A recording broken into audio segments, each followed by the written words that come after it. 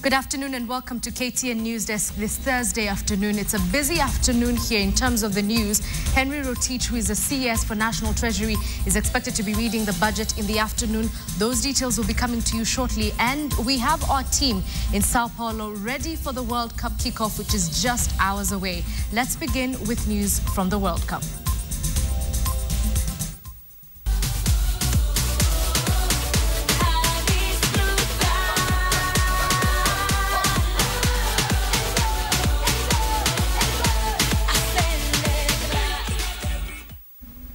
Well, the 2014 World Cup kickoff is just hours away, and residents of Sao Paulo have no access to match tickets, have been facilitated to follow the opening ceremony and the first match between Brazil and Croatia from outdoor screens. And as Hassan Juma reports, the delay experienced during construction of match venues spilled over to the erection of the screens in the main streets. With hours to go before the biggest soccer showcase kicks off, it's all systems go literally. Final preparations are going on to ensure that the hosting nation Brazil makes the 2014 World Cup memorable. The country's preparations have been marred by sluggishness, and we witnessed that firsthand. This area is one of the many designated spots that should be used by the public to follow the live matches via these big screens. However, the area is not fully operational, with workers still putting final touches, never mind the tournament kicks off later today. For the visitors who come to this area, there are many things to marvel on. This is not a statue. Just for Rias and voila, the statue gets some life.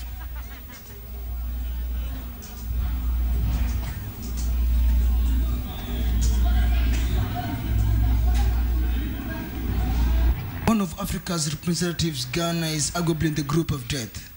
A group that has the United States of America, Portugal, that boasts of the Player of the Year, Cristiano Ronaldo, as well as Germany.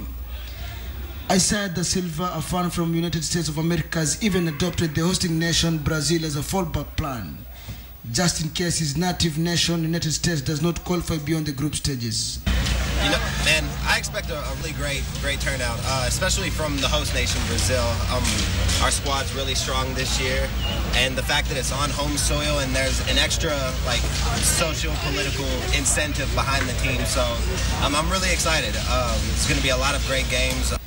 The best that the Japanese national team has done is a quarterfinal bout when they co-hosted the tournament. This time round, they hope to go one better.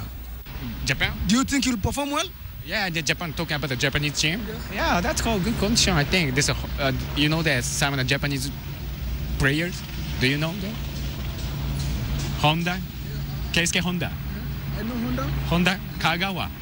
I know Kagawa. Yeah, he's played at Manchester United. Yes. Man United. Oh, really? Yes. You support Man He was from Borussia Dortmund. Oh, really? Yeah. And Honda is Milan. He's played Milan and Nagatomo. Brazil is expected to host a cocktail of cultures, and for the next 1 month, plans have been put in place to accommodate the visitors who are not only expected to cheer their teams, but inject the much-needed Rias into the economy. The tournament has brought with it all kinds of characters. Kenya's got their own Juma. But here, this man has clashed onto a dummy World Cup trophy. And I'm told in Portuguese that he will not let go of this until the Seleção, the home team, backs the treasured trophy. Of course, football is a religion in Brazil, but not all fans will be able to attend these matches in stadium. And that is why such public areas are set aside to ensure that the fans can follow the proceedings here. But having said that, not all areas are ready because there's a lot of construction going on. And when you talk to the organizers here, they say that they'll be ready before the kickoff. Hassan Juma, KTN, Sao Paulo, Brazil. Well, Hassan Juma is in Sao Paulo, and we're hoping to catch up with him shortly during this bulletin, so stay tuned for that update. But, you know, the hopes of the African continent for an African team to win the World Cup are pinned on 5 teams. We're talking about Ghana, Nigeria, Cote d'Ivoire, Algeria, and Cameroon. And given that the world's biggest population living outside of the African continent lives in Brazil, some are still looking upon this World Cup as one where African hopes could shine through, not least of which is one of Africa's Africa's brightest stars, Abedi Pele. Well, KTN's John Alanamu spoke exclusively to the man nicknamed after Africa's Pele about how far African football has come and his hopes for an African team. And then there's also that infamous penalty that crushed African hopes in the last World Cup, taken by Ghana's current captain for this year's campaign, Asamoah Gyan.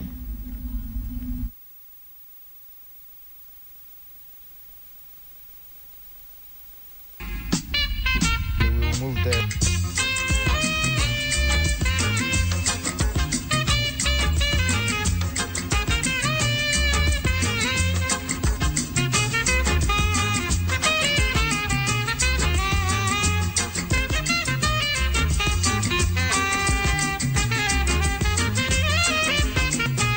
When is Africa going to win its first World Cup? We were always anticipating that within South Africa or Brazil. That was the way we were anticipating every day. And now South Africa, we lost it. Now we hope that Brazil will be the time for us. For now, if it's my country, I'll tell you, I'll be very, very glad. But if it's an African country also, I'll be as glad as everything, because we need it to showcase our football. We need to sell our football. They always talk of African football, the Brazilian, Africa, this, that, but there is nothing for us to show that, look, we are a great continent of football. I think if we are able to demonstrate that in Brazil, it will definitely send us very far.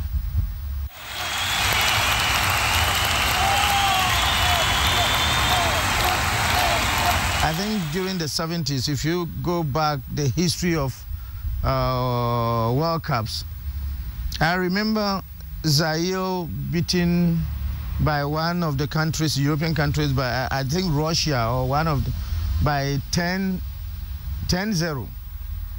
in the 70s. And today you see us closer to these people. Even occasionally we beat them. And then we get to quarterfinals. Well, that's the man nicknamed Africa's Pele. We'll be back with his interview shortly, but right now, let's have an update from Sao Paulo, where our senior sports reporter Hassan Juma is standing by. Hassan, you've been having way too much fun. I can only expect that the atmosphere in Sao Paulo is ridiculous as everyone awaits the World Cup kickoff later this evening.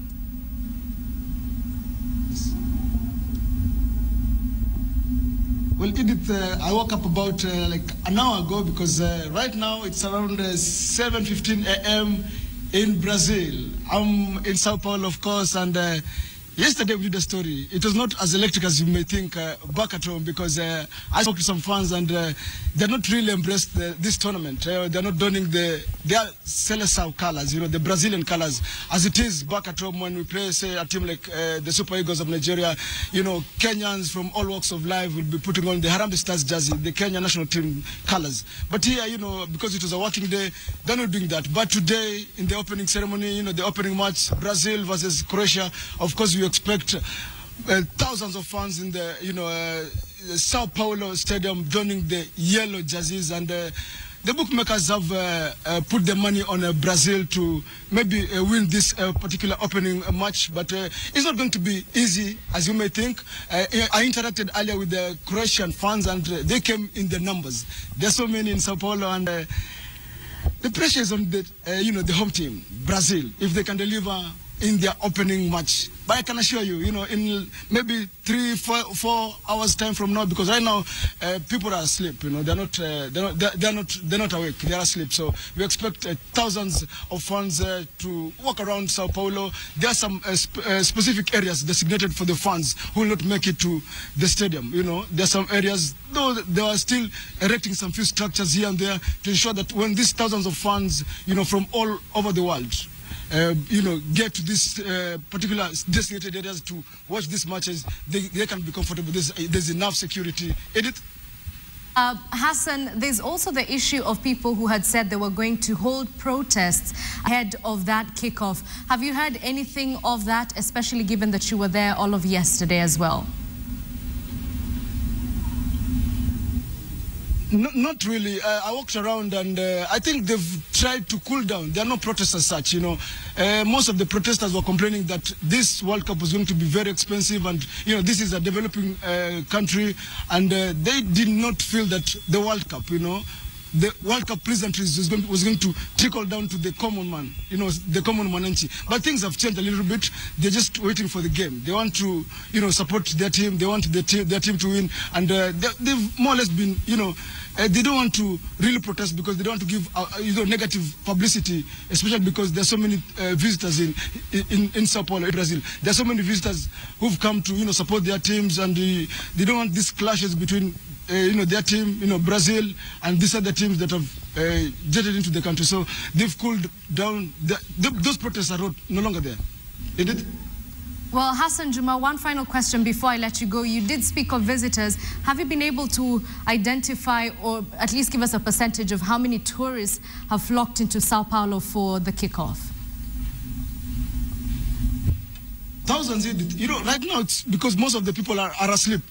But there are thousands. You can barely walk in Sao Paulo, you know, rubbing shoulders with people. Japanese fans are here, Ecuador fans, you know.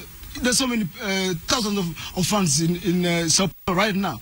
But where we are right now, it's because it's close to my room. I woke up like about an hour ago because of the different time zones. So there are thousands of visitors. We expect most of them to be ferried via the shuttles here. There's some special buses to ferry the fans from Sao Paulo to where the residential places are to the stadium.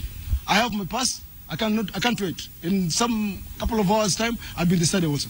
You can see my pass. All right. Well, thank you very much, Hassan Juma. He's coming to us live from Sao Paulo. Thank you so much for waking up nice and early. He says it's 7 a.m. where he's at. And so we'll be catching up with him in our subsequent bulletins. You do not want to miss that because he tells us what you're not going to be able to see from the other side of the stadium. Let's go back to that interview we had of the man who has been nicknamed Africa's Pele. And the question that he was answering was how far he thinks African football has come and his hopes for an African team winning the World Cup.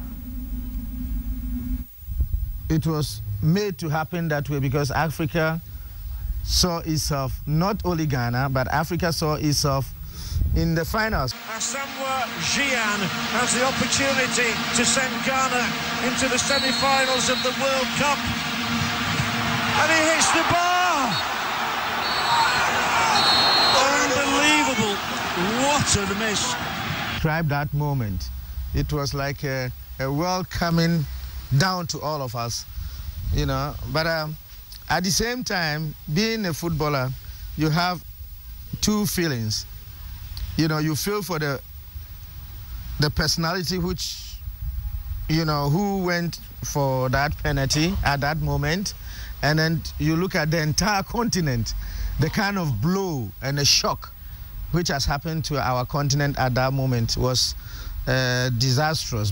But, you know, at the end of everything is a football match. And anything can happen in a football match. So, I was there that day. We just have to tap his back and tell him that, look, it's one of those things. You are still playing. Maybe there are going to be greater things ahead of you, or there are going to be greater disappointment ahead of you.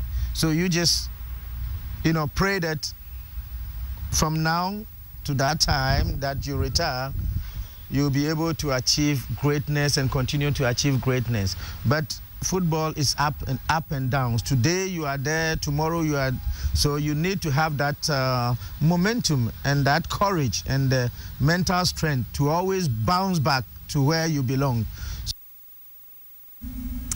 Abedi Pele speaking exclusively to KTN's John Alanamu and giving words of consolation. I have never gotten over that Asamoah Gyan missed goal. But let's have a look at what's happening in Kakamega. Believe it or not, as millions of people around the world wait with bated breath for Soccer World Cup kickoff, one home in Kakamega is perhaps most anxious of them all. Makunga village is the ancestral home of the sensational Divock Okoth Origi, the Belgian star with Kenyan descent. Well, KTN visited the home and caught up with the 79-year-old Mama Leonida Origi, the grandmother to Divock, and Francis Ontomo reports that the village is fully prepared for the games. Is sticking to the biggest soccer extravaganza in the world, the FIFA World Cup finals. And as millions wait with bated breath, one home in Kakamega is perhaps the most anxious of them all.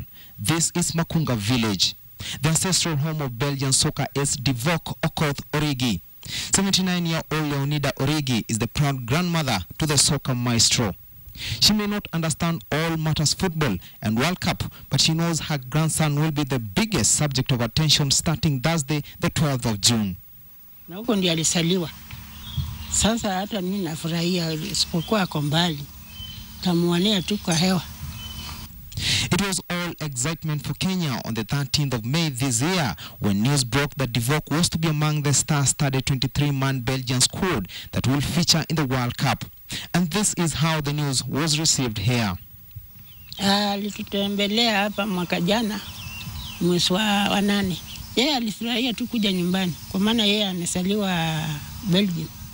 Sasa vile alikuja kuniona akafurahi, anaona nyanya. The football family that are also produced some of Kenya's finest footballers has since kept these pictures of young Divock religiously, a sweet reminder of a hero far away. And as debate rages on whether the 19-year-old Divock, who also plays for Lille in the French Ligue 1, should have followed his father's footsteps and play for Harambee Stars, Mama Leonida appears to strongly concur. Kucheza mpira ilitoka kwa baba yao, Johannes Origi Onyango. Sasa yeye ndiye alikuwa akicheza kama angali mdogo na watoto walifuata mtindo yake. Hao watoto wamecheza wote, hakuna mtu niliweza kusema ati hajacheza mpira, hata wao wasichana. Maureen Atieno is a cousin to Divock, and just like the grandmother, she is as fascinated for the World Cup action. Divock is my cousin. I'm happy that Divock is playing for Belgium. The last time the Belgian-born Divock set foot here was mid-last year.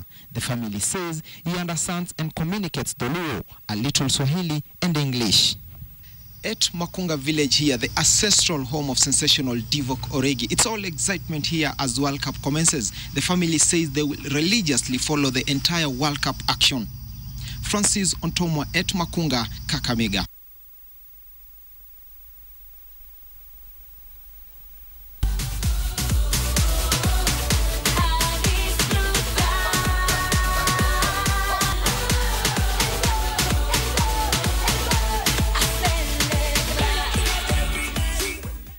All right, let's shift gears from the World Cup and move to something else that's happening this afternoon, the budget. And it has been touted as a budget like no other.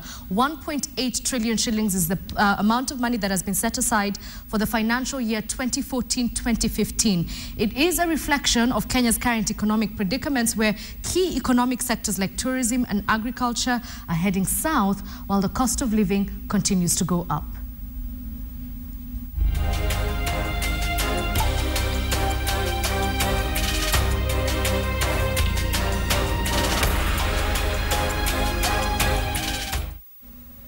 Well, Michael Karanja is just outside Parliament buildings where Henry Rotich, the CS for National Treasury, will be reading out the budget, and he has the highlights of that budget. Michael Karanja, over to you. Well, thank you very much, Edith. And like you rightfully said, today, the 12th of June 2014, CS Henry Rotich will be here in about 2 hours' time just to highlight what the government has in store for the next financial year. Well, the budget estimates have been out for quite a while now, about almost 2 months, where people have been able to go through them. And the key thing that you note is that, as always, the government seems to be on this incremental path towards budget allocation, where we are now at about 1.77 trillion shillings, with about over 1 trillion shillings of that going into recurrent expenditure and just shy of 471 billion shillings going into development expenditure. But the key thing that we've had so far is the absorption rate, rather, of how government is able to take up these budgets. But other than that, it's all a matter of listening to what the CS has to say today, because today is when he outlines the government strategy. Because the budget has been out, now it's all about learning what tax measures they're going to be taking, where they're going to be putting this money. Already, you've already seen a lot of allocations being given to the to security, where almost 193 billion shillings have been set aside just for the security docket on its own. But we look at things such as mining, and tourism, where we have about 4 and 2 billion shillings respectively, it still looks like these sectors are not being given the amount allocated to them is not enough to kind of justify what they do for this for the economy. But it will be interesting to watch out for Henry Rotich's speech today, because he might have a few curveballs for us, especially when it comes to how this money is going to be spread around and how especially they're trying to plug that huge deficit of about 342 billion shillings.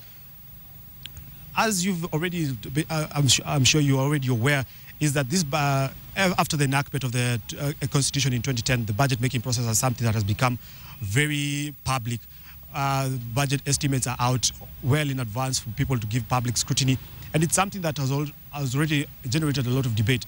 Key thing here is how government plans to fund this budget. We have already heard about the Euro bond, which the government plans to fill in the deficit of about 342 billion shillings. But other than that, it's also the tax measures, where tax revenue is estimated about 1.1 trillion shillings. But we'll be keen to look out for what Henry Rotich has to say later on at 3 p.m. and whether he throws us a few curveballs. Back to you, Edith. Well, thank you very much, Michael Karanja. He did say that the CS is meant to outline a strategy, but on this document, highlights of 2014-2015 budget, they do say some of the key areas they're going to be looking into is improvement of food security, linking the East African region to enhance trade, working towards reducing the cost of power, and of course that controversial standard gauge railway. More details will be coming to you in 2 hours with Bonnie Tunya. Stay tuned for that. Right now, though, short commercial break. We'll be right back. Welcome back to KTN Newsdesk. A subway strike in Sao Paulo that threatened to disrupt the opening of the World Cup was averted Wednesday night, even as airport workers in Rio de Janeiro declared a 24-hour work stoppage in the main destination for soccer fans traveling in Brazil. Now, the subway workers in Sao Paulo voted against going back on strike in a pay dispute. They had suspended the walkout Monday amid a popular backlash and government pressure to end the transportation chaos in Brazil's biggest city. Now, World Cup organizers are counting on Sao Paulo's subway system to carry tens of thousands of fans, as we have been told by Hassan Juma, to the stadium where Brazil will play Croatia in the tournament's first game. That's where we wind up this edition of KTN Newsdesk. Did you know if someone dies during a flight, their body is usually moved in an empty seat in first class? What if there are no empty seats in first class? My name is Edith Kimani. Good afternoon. Make sure you stay tuned to Bonnie Tunya. He has some useful information and figures about this budget that's about to be read. Stay tuned for that. Good afternoon.